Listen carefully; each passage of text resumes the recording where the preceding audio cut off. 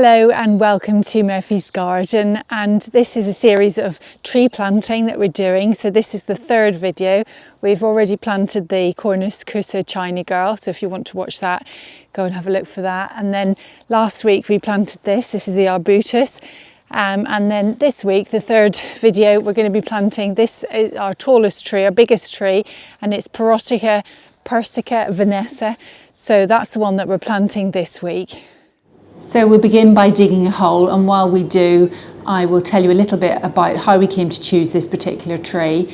So this is the main focal point of this area to which the eye is led, and therefore I wanted the tree for this spot to be quite striking. I wanted a tree that would have the wow factor in autumn with really good leaf colour, but if possible to look good at other times of the year too.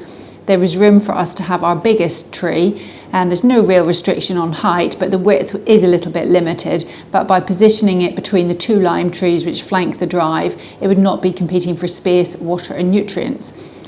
I initially decided that I wanted a liquid amber. I love liquid amber trees, and we saw lots of these fairly newly planted at RHS Rosemoor in Devon. And I also saw large mature varieties in several gardens that I visited, including Cholmondeley Castle in the summer, and then in RHS Hyde Hall in November, when they looked their most resplendent in their rich autumn colours. However, when I plotted out the tree on a scale map that I drew, I was forced to admit that this tree, at its ultimate height of about 12 metres and a spread of 8 metres, was just way too big for this area. And even though there is a smaller version called Lane Roberts, that was still too large. And I want all the trees to be able to grow to their full potential without having to be constrained. So I'd seen another tree quite a while ago called Parrotia Persica at the Chelsea Flower Show, and though it looked great at the time, I didn't know much about it, and I think I just forgot about it. I was reminded of it when we visited the newest of the RHS gardens, RHS Bridgewater, in July. Here we saw a Persian garden designed by Tom Stuart Smith, in which he used pleached forms of this tree to surround a seating area. The leaves initially looked like hornbeam from a distance, but on closer inspection they had coloured markings of purples mixed with greens, and even in July when we visited they looked quite striking and looked quite autumnal. We also saw some standard trees which also had been planted at Bridgewater, but we saw large mature versions at Cholmondeley Castle and again at RHS Hyde Hall. I was less keen on the habit of this tree and its overall shape.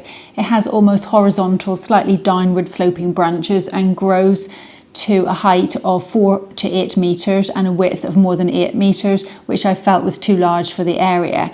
However, after a bit of research, I came across a cultivar called Vanessa, also known as Select.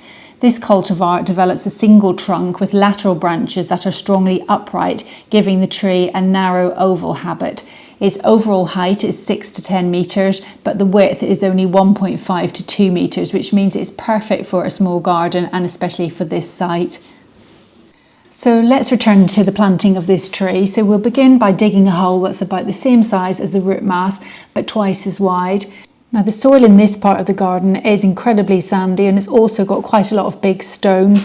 So Al's just removing some of the larger stones. A few small ones don't matter, but when you've got lots and lots of large ones, then it takes up quite a large surface area. So it's a good idea just to remove any bigger ones just to help the roots establish better. So I just want to show you the soil in this part of the garden. As you can see, it is incredibly sandy. We find in this garden that although the soil is sandy, it's generally quite fertile, but every now and again when you're digging to plant something, you can hit a sand pocket and the soil looks so pure, such pure sand, like something from that of a child's sand pit. So although this tree can cope with that, it doesn't mind any soil type, chalk, clay, loam or sand. The soil must be free draining, which this most definitely is. However, the tree does require moisture, especially until it's well established. Once this tree is established, it becomes heat and drought tolerant, so it's perfect for this location. But in order for it to establish well, we thought it's probably a good idea to add a couple of barrow loads of organic matter, well rotted compost. So for that reason, we've made the hole a little bit deeper than you otherwise might need to if you're planting into quite fertile soil. And we've made the hole square, and the reason for this is the roots then will go out of that. You don't want the roots to keep circling in that kind of pot shape, so you want the roots to go out and seek out moisture. One of the most important things to get right and the cause of failure for trees to grow successfully is planting a tree too deeply. So it's really important to get this right. And if you do, you're giving the tree the best opportunity to grow and to thrive. So look out for the root flare. So that's the point at which the tree starts to flare out. It's also called the root collar. And this needs to be exposed to oxygen in order for it to thrive.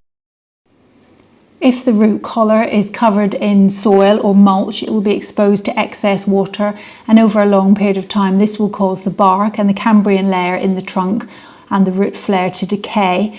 The trunk cannot tolerate constantly moist soil that's in the same way that root tissue can, and it causes it to break down and it can rot away. Trees planted too deeply and potgrown trees, especially ones that have been in a pot a bit too long, are very susceptible to something called girdling, which I have talked about in previous videos, but I will just discuss again for anyone watching this video in isolation. So a girdling root is a root that's growing in a circular or spiral pattern around the trunk or just below the soil line, and it gradually strangles the trunk. As the root circles the trunk, they cut off the flow of sap in the tree, leading to its ultimate death. All trees can develop girdling, but some trees are more prone to this problem. So it's important when planting to get this right and stop this problem from happening. So this tree is a good example because there's quite a lot of soil and sort of matted roots above the tree flare. So Al's just removing a lot of them just to get the levels down right to where the roots start to form. And we're just making sure that there are no roots that are encircling the trunk. You mustn't plant them with any chance of roots circling.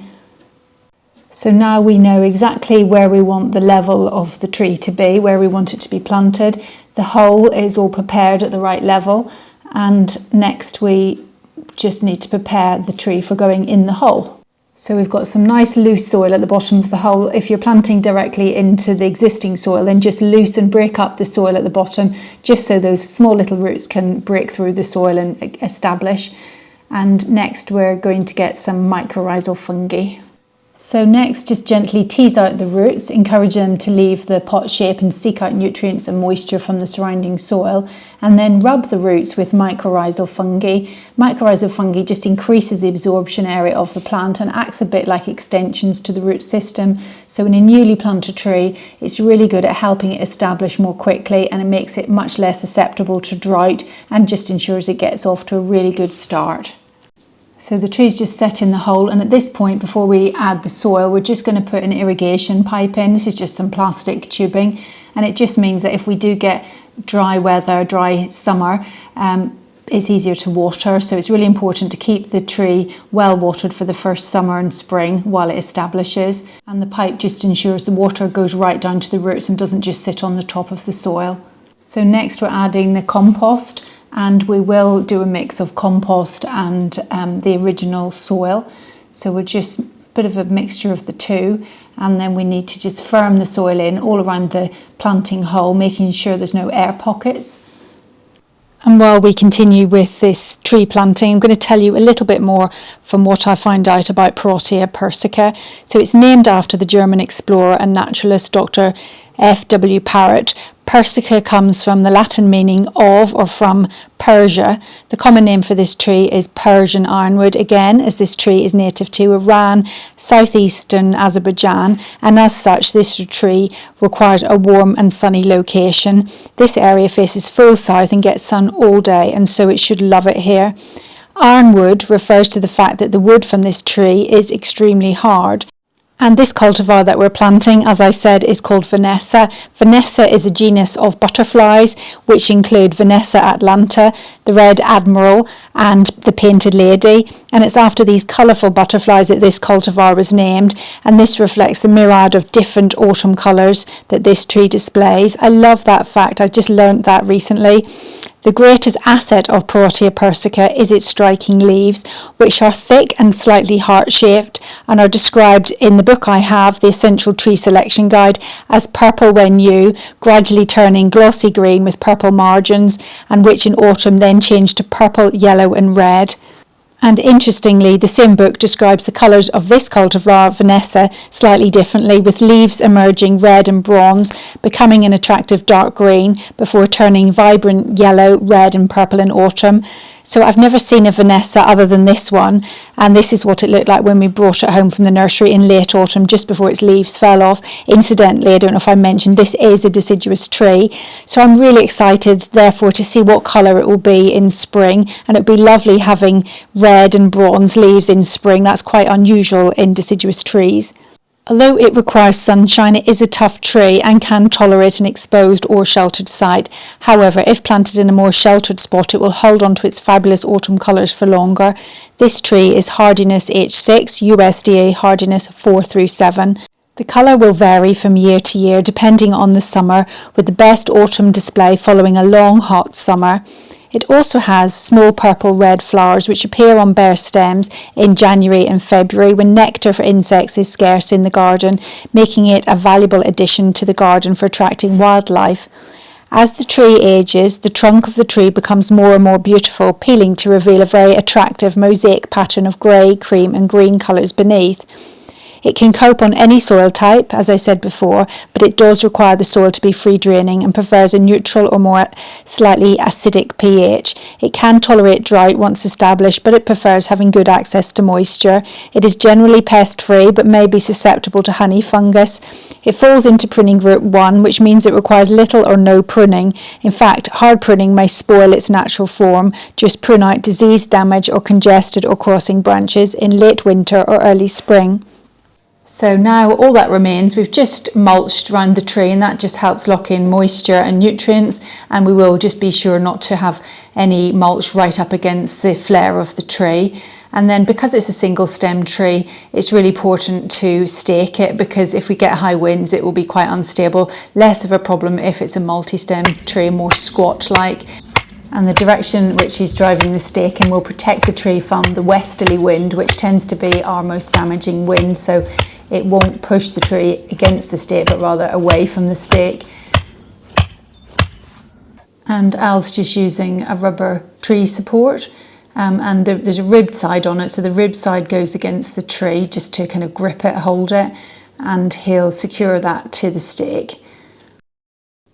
And all that remains is just to water the tree in, and this just encourages the soil to settle in and make sure there are no air pockets in the planting hull. And remember just to keep the soil watered in spring and summer if it becomes dry. At this time of year we're still getting quite a lot of rain, but in spring and summer just keep it watered but not overwatered. Parrotia Persica Vanessa is unsurprisingly a recipient of an award of garden merit, and it is an outstanding 4-season tree that's brilliant for a small garden. So I hope, if you're thinking about this tree, I hope I've persuaded you to go ahead and get one. It looks absolutely beautiful, and I'm looking forward to enjoying mine over the coming years. So that's the third tree planted, the Parrotia Persica Vanessa. So join us next week when we'll be planting our fourth tree, which is Heptacodium myconoides, and I'll see you in the next video. Thanks so much for watching. Bye for now.